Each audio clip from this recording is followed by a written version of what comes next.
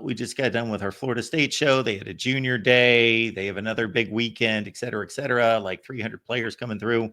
Anything of note on the Miami front? Yeah, Florida State, they want to pump up those numbers and everything, but the visit cycle for the next, for 2026 recruiting class and 2027 is already started with the Battle Miami 7-on-7 tournament, which was last weekend. Yeah. All of those teams and players, elite teams and players, visited Miami. So there were already hundreds, more than will be at Florida State, verifiable. Go look at the rosters, check it yourself.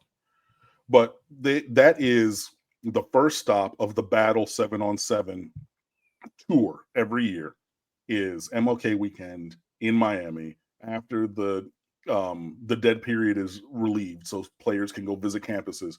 And on the Saturday, I believe it is, they do all of the games in the morning to give time for everybody to go and travel, down to campus and things like that. So, Jesus, excuse me. Tons and tons and tons of players were down there, including Darion Coleman, your 2026 Miami Hurricanes quarterback commit, whose team actually won the 7-on-7 tournament. That's the second year in a row that Miami's currently committed quarterback led their team to victory. Luke Nickel and his team last year won it, and then Darion Coleman this year won it. This kid can spin the ball, and I'm very excited about Luke Nickel and what he can do. Where's now, I believe, starting to turn the corner and recruiting quarterback the way that we need to recruit quarterback. When you have Luke Nickel one year, Darion Coleman the next year, and these are the kind of players we had. I mean, look, and I'm fine with these guys, but you have year after year after year of developmental guys, right? And you need to get away from that. You need to start to really get star power at the most important position on the field. I'm sorry.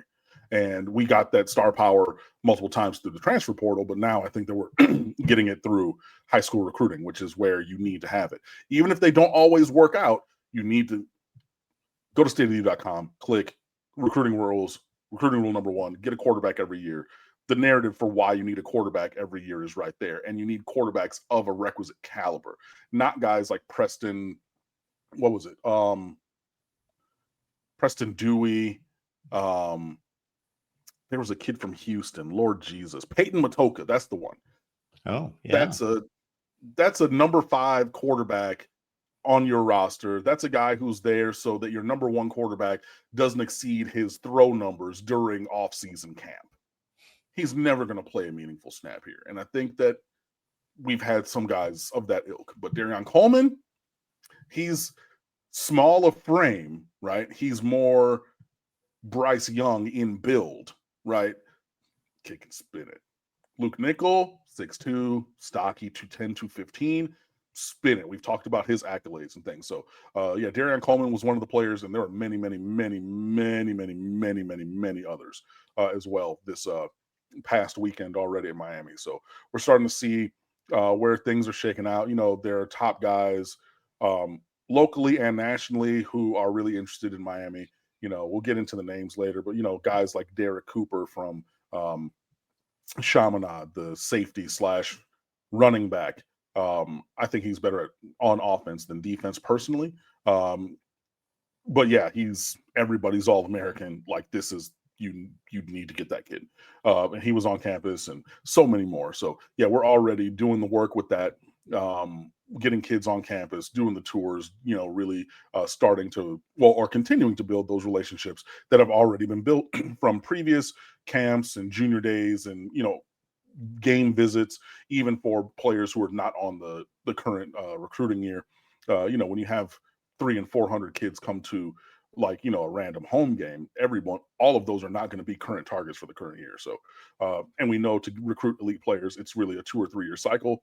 And Miami is well entrenched in that. So yeah, we're just going to keep moving along with that and see where things go. But yeah, I trust this staff as much as it is. And, I'm also looking forward to see who the rest of the staff is when we fill it out. But we're in a good spot with recruiting, as we always are. I think there are 3 commits in the current group for 2026. Jordan Campbell from Carroll City, linebacker, All-American, who's trying to recruit some of the best players. I already mentioned Darion Coleman. And then get ready to feel old, ladies and gentlemen.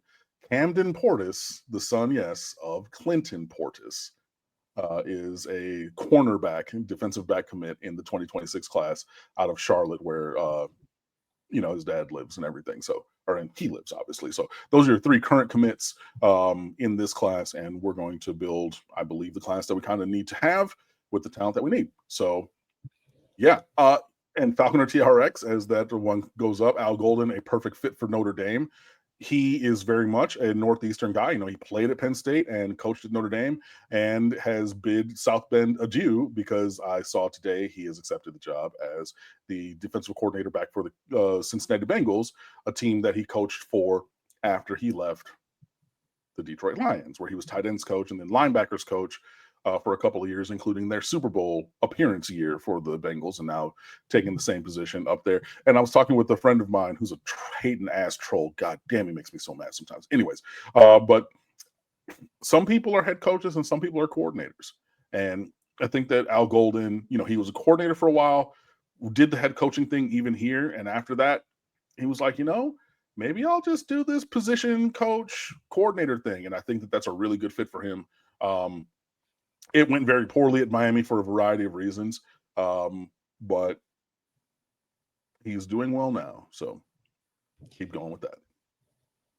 And it underlines the comings and goings due at the conclusion of any team's season, regardless of when that happens. The pros and cons of being involved in big time athletics in regards to having a lot of benefits, a lot of the world is at your feet, but at the same time, man, it's not like transitioning in jobs in the rest of life where, okay, this didn't work out. I moved on. I took a few weeks off. I'm starting a new job. Then I got 2 weeks before I'm going to start there. I put in my 2 weeks or whatever. I got this transition. I'm going to ease into the next thing. These people, they leave or get cut from a job and they're turning around and interviewing here, there, and there. And then boom, decision, and boom, you're on a flight and you're gone and you're starting. He's probably watching film on, the Ravens, the Browns, and the Steelers as we speak. So Cam, since we did, or you did, start on the Miami 7-on-7 battle and who's on campus and who is going to be participating, I will say that I have a list of players, courtesy Leanne Herring. So Leanne and I do a show every Tuesday at 1 p.m. Eastern time on our new recruiting channel. And her timing is so good that she got us an interview today with Jamison Powell, who's a 4-star wide receiver out of California, minutes before he then made his commitment to Ole Miss. So we were, boom, interviewing with him, and then boom, he turned around, made his commitment. And so check that out. We will make that available. She's got a list of names here, so I want to run these guys by you, and you can stop me at the point that you'd like to comment on anyone. Cool. Here we got. Before you get Sure. there, I want to address just one comment. It's MKH number 1. He asked, would I consider Warren Sapp for defensive line coach? No. On to the recruiting question. Okay. So here are some names that she, is following here. So we got Keyshawn Henderson. We've got the aforementioned Derek Cooper out of Chaminade. We've got Amari Johnson out of Jackson Academy, Mississippi. We've got Zachary Cooper. We've got quarterback Briggs Cherry, Tristan Keys at wide receiver. Other That's wide a name receivers. I've heard. I don't know about the connection to Miami. I saw some film on him. He was making some pretty ridiculous catches in 7-on-7 drills. Pass catcher in Jermaine Bishop, Ethan Booby Feaster, and then on the I'm sorry. That kid is ridiculous. Okay. Booby Feaster, Texas. He goes to DeSoto, I believe. Yes. Yeah. That's a team that.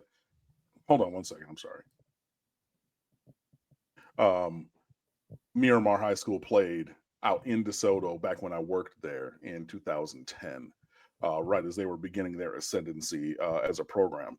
And everybody associated with DeSoto, and I've seen the videos, I've seen the workouts, I've seen the game highlights.